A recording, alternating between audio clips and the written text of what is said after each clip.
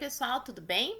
Na aula de hoje nós vamos retomar alguns conceitos aí relacionados com a lei da dinâmica, que é a segunda lei de Newton, para a partir desses princípios fundamentais da lei da dinâmica, a gente ampliar aí a nossa discussão então sobre força resultante e analisar casos mais complexos. Vamos lá? Eu começo a aula de hoje corrigindo os exercícios da tarefa.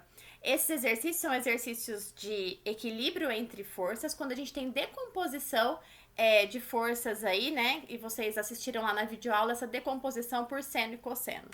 Então, no exercício 10, lá da página 146, nós temos aí dois esquemas, né? Duas figuras. Uma figura que mostra como é que é o arranjo aí, né? A gente tem uma força peso, e aí a gente tem uma força 1 e uma força 2, né? Que são duas trações aí segurando essa força peso, formando um ângulo de 45 graus aqui em cada fio desse aqui, né? E aí ele dá uma segunda figura mostrando aí a força 1 e a força 2 num plano quadriculado aí, mostrando que cada um dos quadradinhos aqui vale 1 newton. Nesse exercício, como ele quer saber a força-peso, eu nem preciso fazer a decomposição em seno e cosseno. Eu posso fazer a decomposição usando o nosso quadriculado, ó. Se a gente fizer a decomposição aqui no eixo y, esse vetor F1 vai corresponder, então, a dois quadradinhos aqui para cima, ó. E dois quadradinhos aqui para a esquerda. Bem retinho, né? O F2, vou fazer de outra cor para vocês perceberem melhor. Ele vai ser, então, a decomposição dele em x vai estar aqui para a direita e em y também vai estar para cima. Se a gente observar aqui os vetores formados no eixo x, como eles têm mesma direção em sentidos opostos, eles vão se cancelar, vou cortar eles dois. Então, eu vou ter aqui como uma força resultante, né, do equilíbrio desses corpos, o seguinte esquema. Vou juntar esses dois vetores aqui, ó, que estão para cima. Então, vai dar 4 newtons, porque eu tenho 2 vezes 2 quadradinhos. Então, eu tenho uma força de 4 newtons para cá, para cima. É a resultante aí dessa decomposição que a gente viu. E para baixo, aí, a gente tem, então, a força-peso. Como ele quer o valor dessa força-peso, para esse corpo estar em equilíbrio, essa força-peso precisa ser igual à força que é feita aqui pela tração, né? A força aqui de cima, que é 4 newtons. Então, o peso aqui vai ser 4 newtons só por conta que a força resultante aqui precisa ser zero. Então, como eu tenho mesma direção em sentidos opostos, para zerar aqui esses 4 newtons, o peso também tem que ser, então, 4 newtons. Esse foi bem tranquilo. Vamos para o próximo. O próximo exercício é o exercício 11 da mesma página, que é a página 146.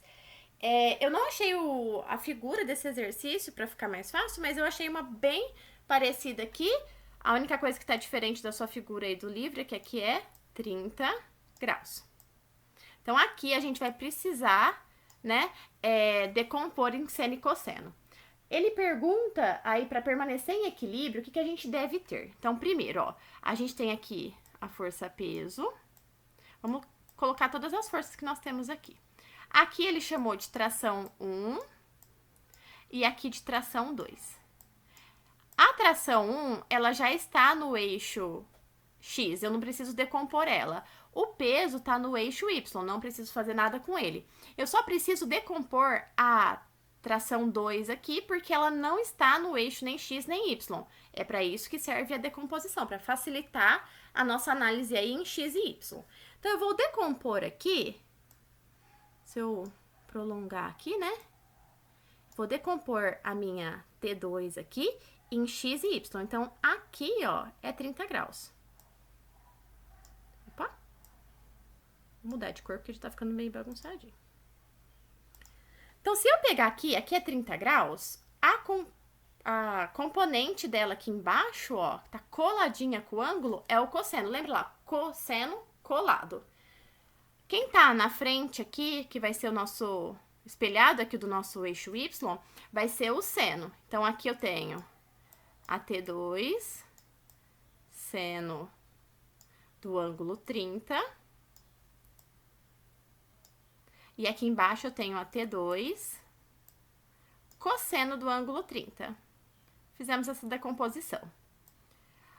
que esse corpo esteja em equilíbrio, o que eu preciso? Que a T1 seja igual a essa T2 cosseno de 30 e que a força peso seja igual a T2 seno de 30, porque aí a gente tem uma resultante zero, uma resultante nula.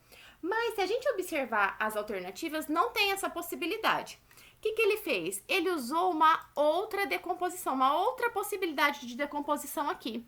Se a gente fechar esse triângulo aqui é 90, aqui é 30, então aqui vai ser 60. Ele usou esse ângulo de 60.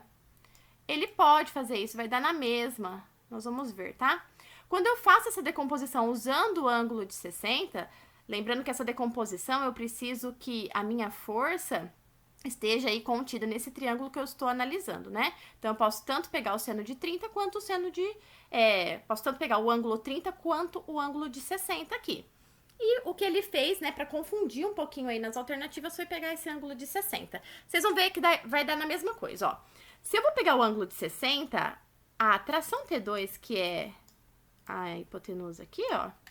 Se eu olhar para o ângulo de 60, aqui embaixo, que tá na frente do ângulo, vai ser seno de 60. Então, aqui embaixo vai ser T2 seno de 60. E aqui, no nosso eixo Y, vai ser T2 cosseno de 60. Vou pôr pra cá pra não ficar muito cheio lá, tá? Cosseno de 60. Se a gente olhar aqui, o seno de 60 é igual ao cosseno de 30, numericamente é a mesma coisa e prova que essa decomposição pode ser feita, e ele fez justamente como uma pegadinha nesse exercício. Então, para que a resultante aqui dê zero, a força peso tem que ser igual a componente da tração 2 em Y, que ele usou, então, pelo ângulo de 60, vai ser a T2 cosseno de 60. E a tração T1, para anular aí, aqui, né, no eixo X, ela tem que ser igual, então, usando o ângulo de 60, a T2 seno de 60. Essa alternativa é a letra E de escola. E por fim, a gente vai fazer a correção do exercício 10, lá da página 148. Esse exercício vai fazer a decomposição aqui da tração, né? Como a tração aqui para a esquerda é igual à tração aqui para a direita, a gente vai decompor só de um lado aqui, né? Depois a gente vai fazer essa associação com essa decomposição. Então, eu vou decompor aqui, ó. Se eu chamar esse ângulo aqui de ângulo alfa, aqui é ângulo alfa também. Então, o que está na frente do ângulo alfa é seno. Então, aqui no eixo Y, ficou bem retinho, né? No eixo Y é a nossa tração, né? Que eu vou chamar de T, seno alfa. Tá? Aí. E aqui, no eixo X, eu vou ter a tração cosseno alfa, colado com o ângulo cosseno alfa. Se eu decompor para o outro lado agora, ó, vai dar a mesma coisa. Então, aqui, como eu vou ter T, aqui também vai ser alfa, né? Ó. Ele fala que tá dividido no ponto médio aqui, então a gente tem os mesmos dois triângulos para cá. Aqui eu vou ter também T cosseno alfa, pelos mesmos motivos, tá? Aqui é o ângulo alfa também. E aqui para cima, eu vou fazer de outra cor para não confundir, eu também vou ter outra componente do T seno alfa. Se a gente pegar aqui, ó, como a componente em X, ela se cancela, né, tá na mesma direção em sentidos opostos, a força peso vai ser igual a tração, duas vezes, né, porque eu tenho duas componentes lá pra cima, a tração vezes o seno desse ângulo alfa. Amanda, mas ele quer que a gente ache aí a tração, como é que ele deu a força-peso, belezinha, tá aqui. Como é que eu vou sair desse seno de alfa? A gente pega o triângulo, ele deu os valores do triângulo. Como o seno é cateto oposto pela hipotenusa, se a gente pegar no triângulo aqui, o cateto oposto, eu vou puxar vou colocar aqui, ó, puxar uma setinha pra cá, ó. O seno vai ser cateto oposto pela hipotenusa. A nossa hipotenusa é 3 e o nosso cateto oposto aí é 1,2. Então, vai ser 1,2 dividido por 3, que vai dar 0,4. Então, esse seno aqui nosso vai ser 0,4, eu vou substituir aqui, ó. Então, ó, 76 da força-peso é igual a 2 vezes a tração. Lembrando que é 2 porque eu tenho 2 componentes que vieram aqui pra cima, ó. Vezes aí o 0,4, que pelo triângulo a gente achou o valor do seno desse ângulo que eu chamei de alfa. Vai dar 0,8, eu vou passar dividindo, ó. Vai dar 76 dividido por 0,4. Não se preocupem que a gente vai trabalhar bastante com força resultante, terão outras oportunidades da gente trabalhar com decomposição de forças, tá? Mas é importante que você pense um pouquinho nesses exercícios aí e qualquer dúvida, entre em contato comigo, ó. Só uma coisa aqui que é 2 vezes 0,4, né? Então é 0,8, eu pus errado aqui embaixo, ó. Falei uma coisa e escrevi a outra. Então é 76 dividido por 0,8. E aí isso aqui vai dar 95 newtons, que é a nossa força de tração aí, que vai ser a alternativa C de coração. Bom, pensando então, né, nessa ideia de força resultante e pensando agora nas nossas leis de Newton, nós vamos trabalhar com os conceitos da segunda lei de Newton. Lembrando que a segunda lei de Newton ela é conhecida como lei da dinâmica. Bom, para a gente categorizar os princípios que nos orientam a estudar a lei da dinâmica, eu vou começar com a aceleração. Então, vamos relembrar, ó. A aceleração é a variação da velocidade pela variação do tempo. No Sistema Internacional de Medidas, a unidade de aceleração vai ser metros por segundo ao quadrado. Isso pensando num movimento que é retilíneo. Se a gente pensar num movimento que não seja retilíneo, né? Se eu pensar no movimento circular, por exemplo, eu vou ter uma outra análise para aceleração. Agora, no nosso movimento circular, a gente tem a presença de uma aceleração conhecida como aceleração centrípeta. Então, a gente tem aqui, ó, a aceleração centrípeta, que vai tentar manter o movimento do meu objeto, né, para o centro da minha circunferência. A minha aceleração tangencial, que vai tentar fazer com que ele saia aí pela tangente, e a resultante entre essas duas acelerações. A aceleração centrípeta, pensando nesse esquema, a expressão para ela vai ser a velocidade ao quadrado dividido pelo raio. E a gente vai trabalhar com a aceleração centrípeta e com essas relações mais profundamente no movimento circular. Eu estou trazendo aqui para vocês perceberem que a aceleração ela é uma grandeza que dá para a gente discutir em diferentes movimentos. Então, quando a gente olha para a aceleração centrípeta, ela tá aí, né? A gente tem a velocidade ao quadrado, né? Então, a velocidade tem que estar em metros por segundo, o raio em metros, e aí a gente vai ter no Sistema Internacional a aceleração também em metros por segundo ao quadrado. Quando a gente olha para a aceleração total, então, de um movimento que é circular, a gente vai ter, então, aí o conceito de aceleração resultante, que nada mais é do que a soma vetorial da aceleração centrípeta com a aceleração tangencial. Se a gente observar aqui, ó, essa resultante já é bem conhecida de vocês, que a gente tem aqui, né, dois vetores que formam um ângulo de 90 graus aqui, né? Se a gente pegar essa projeção aqui, eu vou ter a aceleração tangencial para cá, aceleração centrípeta para cá, é só a projeção de cada um dos vetores. E se eu pegar a resultante aqui, ó, pensando que aqui também é um ângulo de 90, essa resultante se dá aí pela relação, né, desse triângulo, que é por Pitágoras. Então, vai ser a aceleração centrípeta ao quadrado mais a aceleração tangencial ao quadrado. Isso pensando numa discussão geral de aceleração, né?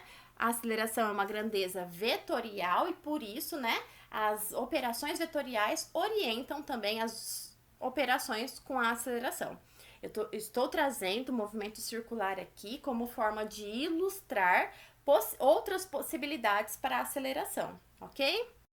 E aí, a partir dessas discussões com a aceleração, a gente vai ter o princípio fundamental da dinâmica.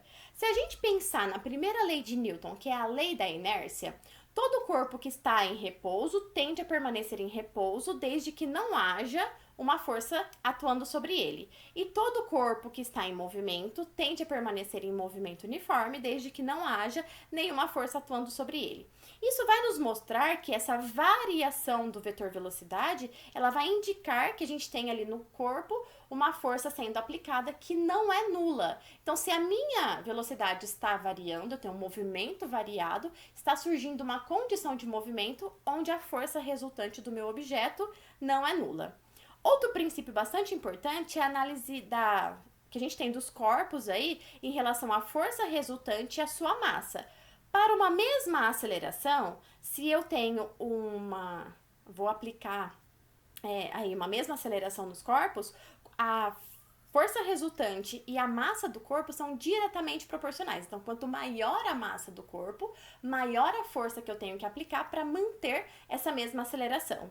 E por fim, né, como princípio fundamental, nós temos aí que a força resultante, né, que está atuando no nosso corpo, ela vai ter aí a direção e o sentido, né, a mesma direção e mesmo sentido do vetor aceleração do nosso movimento.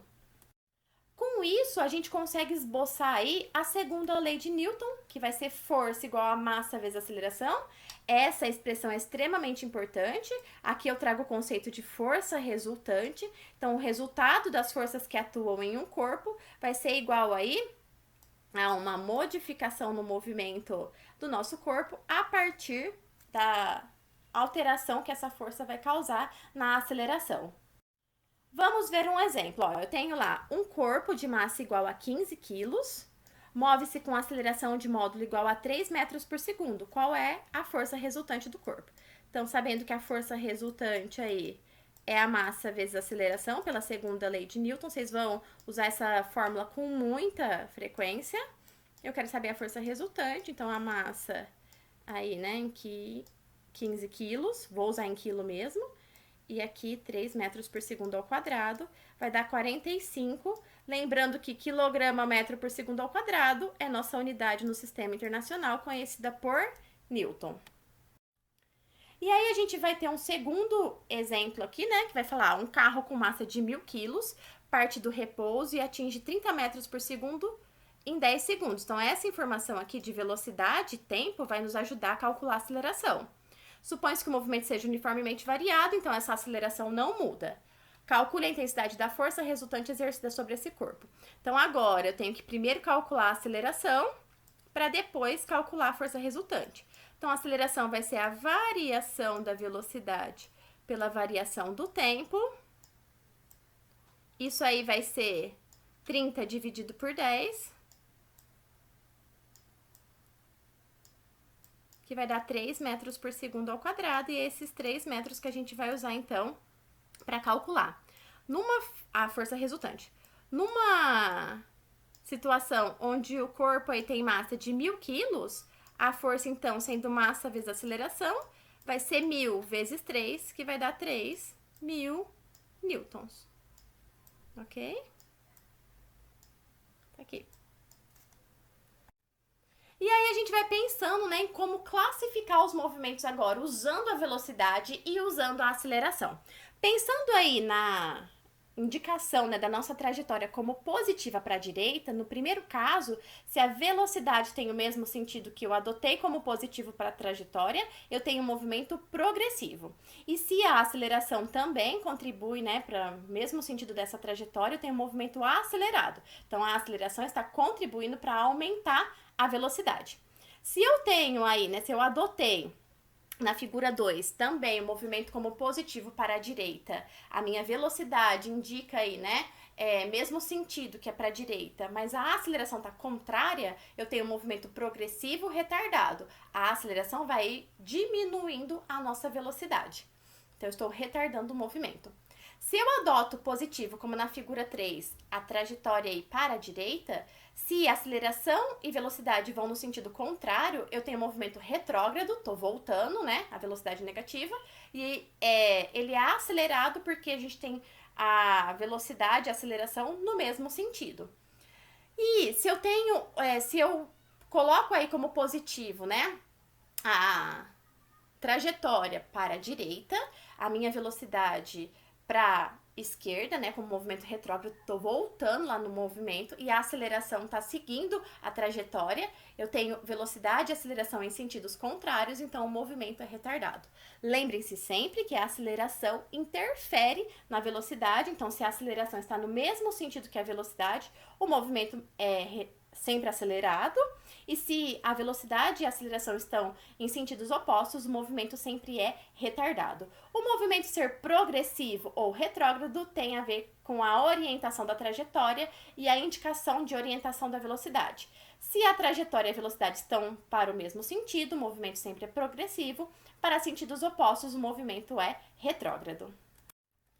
Bom, e na queda livre, a gente não pode esquecer da discussão de aceleração em queda livre, onde a aceleração é a aceleração da gravidade, então todas as expressões do movimento uniformemente variado, a gente vai substituir aí a aceleração por gravidade. Lembrando que a aceleração da gravidade na Terra é 9,8 metros por segundo ao quadrado, mas em muitos casos a gente usa 10 metros por segundo ao quadrado para facilitar os nossos cálculos.